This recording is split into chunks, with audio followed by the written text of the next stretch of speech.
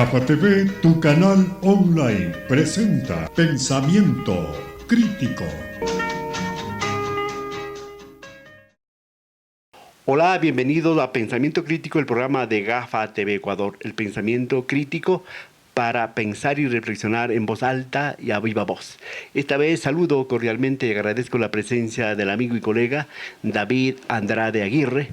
Él es un periodista, como digo, un escritor y un inquieto de las letras y de la situación periodística, comunicacional y del país en general. David, bienvenido, gracias por estar aquí. Cuéntanos, antes de entrarnos un poquito a hablar de tus trabajos, de tu producción, ¿a qué te dedicas ahora mismo?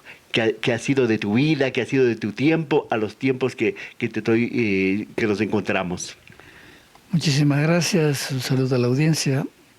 En este momento estoy dedicado 100% a escribir. Publiqué hace poquito mi libro número 30, un libro de biografía, y pocas semanas antes presentamos en Ibarra el libro de la batalla de Ibarra, que se llama Sello de Libertad, y que tiene ese nombre justamente porque fue la batalla definitiva de la independencia del Ecuador, la última batalla en territorio ecuatoriano y la única batalla que Bolívar dirigió en el Ecuador, en lo que en ese momento era ya el departamento del sur de la Gran Colombia. Antes de entrar a hablar de cosas serias, mi querido David, tú eres periodista, ¿sí? Y no porque ya no estés haciendo periodístico en rigor, has dejado de serlo. ¿Qué piensa el David Andrade Aguirre de la situación del periodismo, de la situación de la comunicación ahora mismo, en Ecuador, en América Latina y el mundo? Bueno, uno nunca deja de ser comunicador, jamás. Yo sigo escribiendo para varios medios internacionales, artículos de opinión. Y con cierta frecuencia me piden también artículos sobre temas históricos y sobre temas sociológicos y eventualmente sobre temas de cultura, arte, etc. ¿Por qué? Porque también he incursionado en el tema de la crítica de arte y en la promoción de la cultura. En ambos campos, en el de la cultura y en el de la comunicación, vivimos horas bajas. El periodismo que conocimos desapareció. Ahora es un periodismo de la inmediatez. Es un periodismo enfocado a tener un efecto inmediato. En cierta medida es un periodismo del escándalo.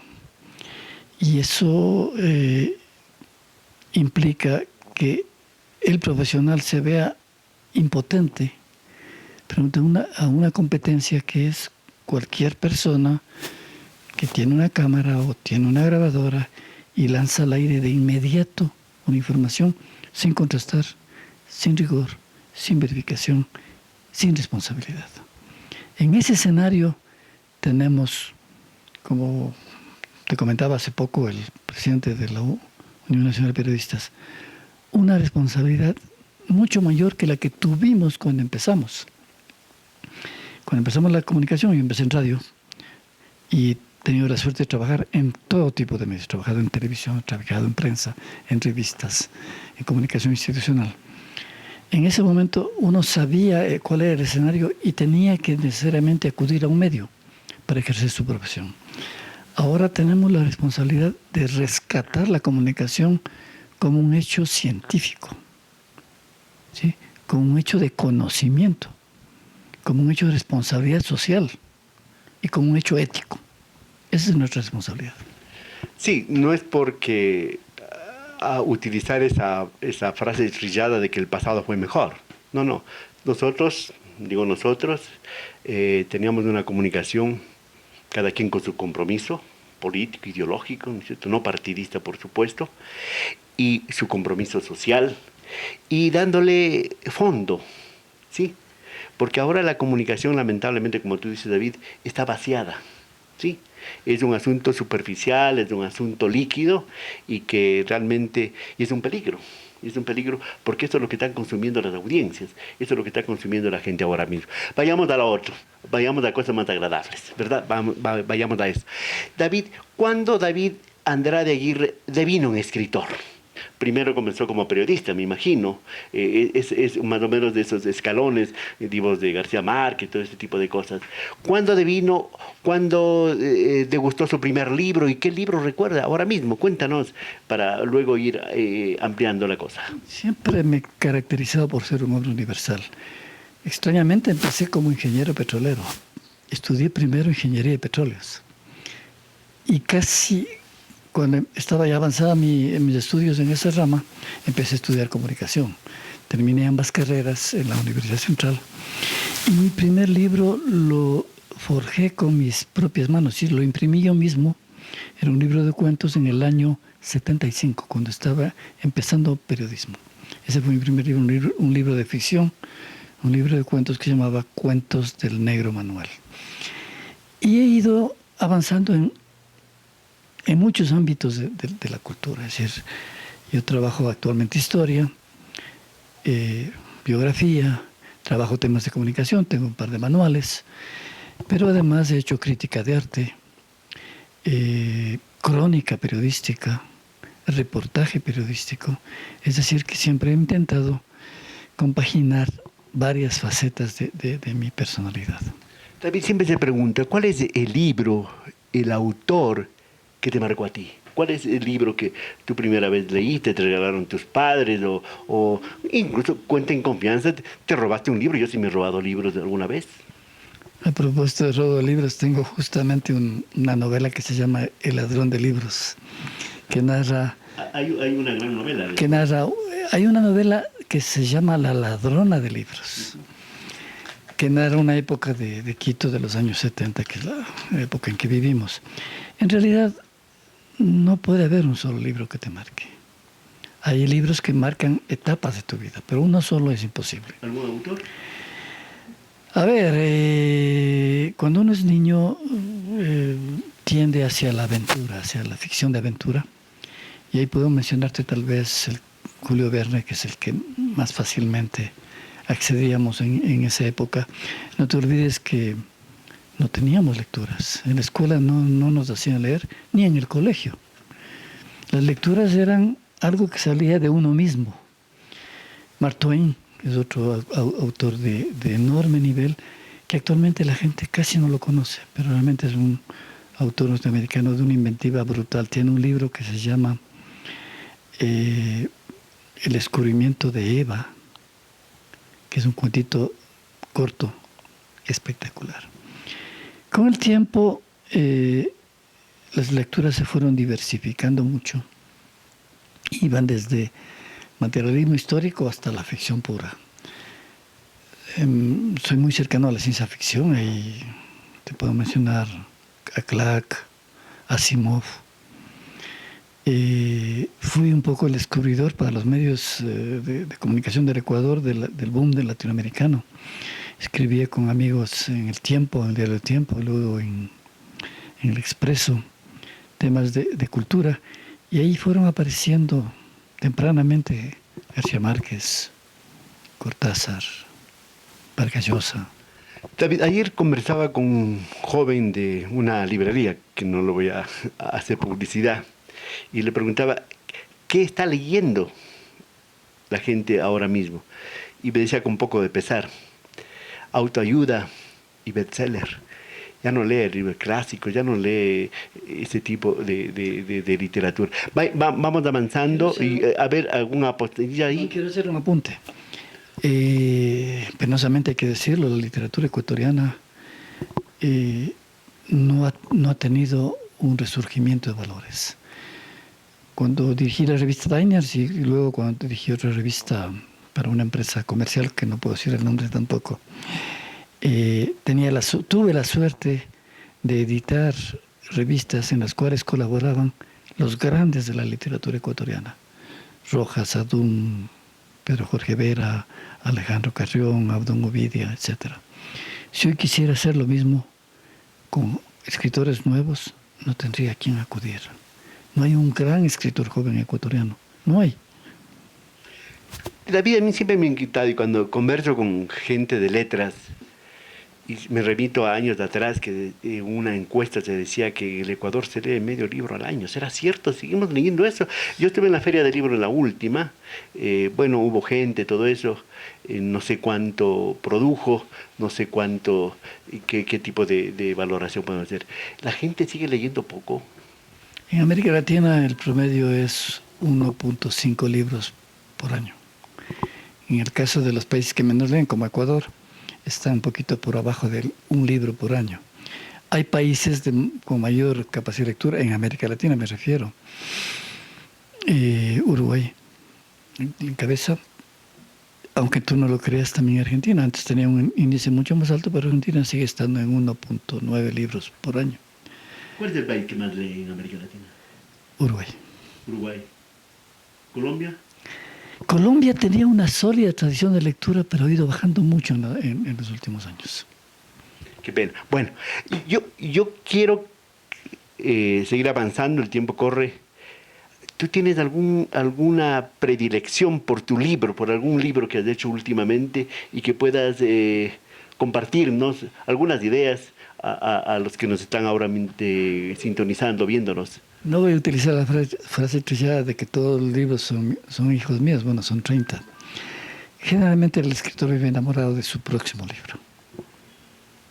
Y entonces, en ese sentido, ahorita estoy trabajando un libro precioso con un distinguido radiodifusor, recordando la radiodifusión en el norte del país de los años 60, 70 y 80.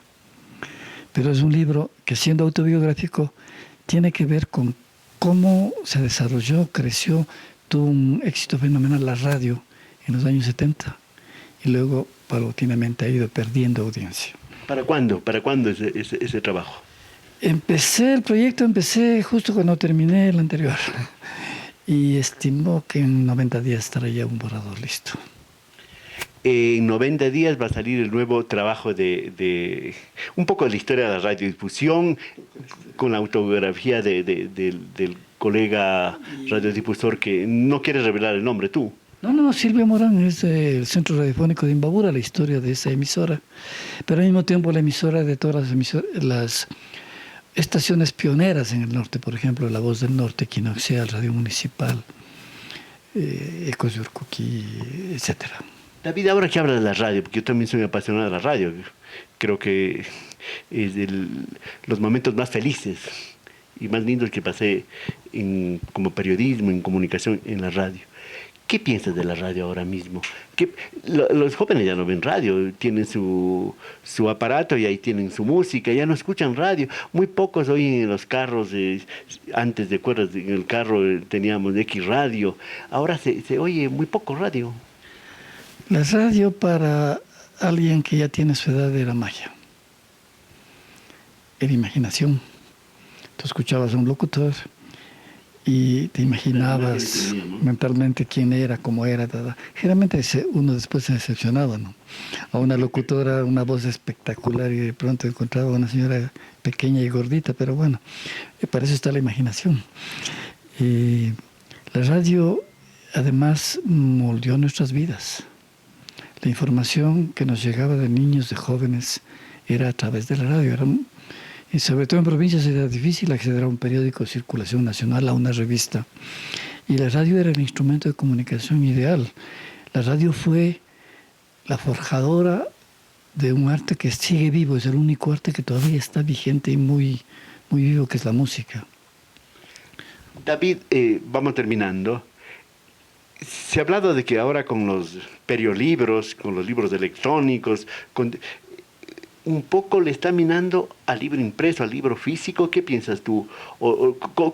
¿Qué percepción tienes tú? Son dos generaciones. Nosotros, no hay nada más lindo que tener en la mano, oler a un libro. Tiene su textura, sí, tiene su sabor. Su pero las generaciones millennial ya no están atadas a un producto físico. Eso no es ni bueno ni malo, o sea, te voy a decir algo que parece herejía, pero... ¿Podría ser complementario? Que es absolutamente complementario. Es decir, un chico actualmente lee más que antes, mucho más. ¿Pero qué lee? Ese es el tema, que lee temas técnicos, temas de su profesión, manuales, libros de autoayuda y ocasionalmente un bestseller. Nosotros consumíamos más literatura. La que ha sido perjudicada ha sido la literatura. Porque libros de texto siguen habiendo y siguen publicándose y a veces son tirajes de muy alto nivel, pero lo que no se está publicando ya es ficción. Se consume poco historia, yo escribo libros de historia, publicamos 1000 ejemplares y generalmente circulan para las bibliotecas, para los involucrados, pero no para el gran público. A propósito, pues sales un tema de las bibliotecas. Antes habían ratones de biblioteca, ratones de librería. Ahora ya no hay esos roedores. ¿Quién va a las bibliotecas? Los investigadores, por supuesto. Los investigadores y quienes no tienen acceso a medios digitales. Ahora, para mí, lo digital ha sido una bendición. Te voy a explicar por qué. Para yo tener en un libro, como tengo en el último libro, 270 referencias, tendría que ir a una biblioteca, o los otros historiadores que trabajamos en este libro, a buscar en una biblioteca el dato. Hoy tengo acceso a la gran mayoría de datos, sino al 98, 99%, haciendo un clic. Entonces la investigación se facilitó. Pero hay que saber investigar. Así como antes había que saber investigar en una biblioteca, ahora hay que saber investigar en la web.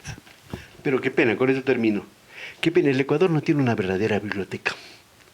El Ecuador no tiene una verdadera biblioteca. Hasta en la Casa de la Cultura se empezó a pasarle acá a donde era el hospital Eugenio Espejo antiguo, pero porque se demolió la biblioteca que quedaba aquí en San Blas, ¿verdad? ¿Qué dice de un país, de un pueblo que no tenga una biblioteca? Yo pienso en Alejandría. No es tan cierto. Hay algunas bibliotecas excelentes. Por ejemplo, la Biblioteca Aurelio Espinosa Polite es una de las mejores bibliotecas de América Latina en temas sociales, de educación y de historia. La biblioteca del municipio mantiene su fondo. El fondo editorial de la biblioteca de la Universidad Central es enorme. Lamentablemente no está tan disponible como debería. La biblioteca de la Casa de la Cultura, la biblioteca de la Casa de la Cultura se detuvo en el tiempo, lamentablemente. Pero también su fondo es muy interesante. Obviamente ya no podemos pedir una asistencia masiva a las bibliotecas porque ya no, eso no puede ser una realidad, ¿no? Un estudiante hacerse un viaje a una biblioteca que queda a 20 kilómetros, hacer un clic en una computadora, obviamente la facilidad hace que busquen. Ahora, el reto que tenemos es que no estamos promocionando los bienes culturales, no estamos promocionando a los autores ecuatorianos. Por ejemplo, no sé, la digitalización de libros ecuatorianos estará en un 5% no más. Entonces tú buscas un libro de un autor ecuatoriano y no tienes acceso. Qué pena, en todo caso, recordemos, nosotros como periodistas de Eugenio Espejo, que fue el primer bibliotecario, ¿no es cierto? Eugenio Espejo. Yo siempre recuerdo a doña Laurita Crespo, en la Biblioteca Nacional. Te voy a hacer una corrección importante. Quito tuvo en el siglo XVI su primera universidad. Entonces, hacer afirmaciones de que el primer bibliotecario es un poquito arriesgado. Oficialmente te estoy diciendo, oficialmente. En el 17 se fundó una biblioteca y lo dirigió... En el siglo XVII, Quito tenía 3 universidades. Cuando hablamos de la barbarie española, también hay que andar con cuidado. España no solo conquistó, España también educó. Y lo que no ocurrió con las conquistas inglesas, francesas o holandesas. En el caso de España, España consideró al Nuevo Mundo como parte de su imperio. Pero fue un asunto, ahí no fue una imposición, no fue un imbrincamiento entre la cultura española y la cultura americana, ¿cierto? O sea, se destruyó un patrimonio de América, de los incas, y de los incas no era cualquier cosa, estaban codeándose con los mayas, con los aztecas, con Babilonia y con todo eso. A ver, yo utilizo con precisión la palabra. España conquistó. No digo que no conquistó, conquistó. Pero no se olvide, pero cuando hablamos de pueblos ancestrales, no te olvides que 50 años antes de esa conquista, 50 años antes de esa conquista, estos pueblos del Ecuador sufrieron otra conquista, la de los incas. ¿No? Entonces, los incas también fueron un pueblo invasor y un pueblo depredador. No te olvides que muchos de los pueblos que vivían en estos territorios fueron exiliados. Los mitimaes fueron llevados a Perú y a Bolivia.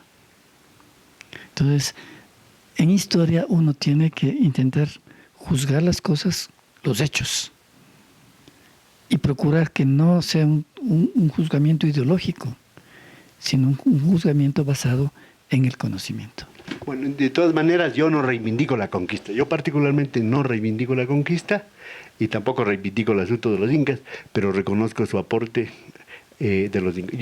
David, yo no reivindico la conquista española. Sí, en eso soy muy crítico, señoras y señores. Agradezco la presencia de mi amigo y de mi colega David Andrade Aguirre por haber asistido para conversar así, polemizando, divergiendo, pero manteniendo un absoluto sentido de aporte a la sociedad y a quienes nos escuchan. David, muy amable, gracias por venir. Señoras y señores, gracias. Hasta aquí nuestro diálogo en Pensamiento Crítico de GAFA TV Ecuador. Hasta la próxima. GAFA TV Producciones y este canal presentaron Pensamiento Crítico.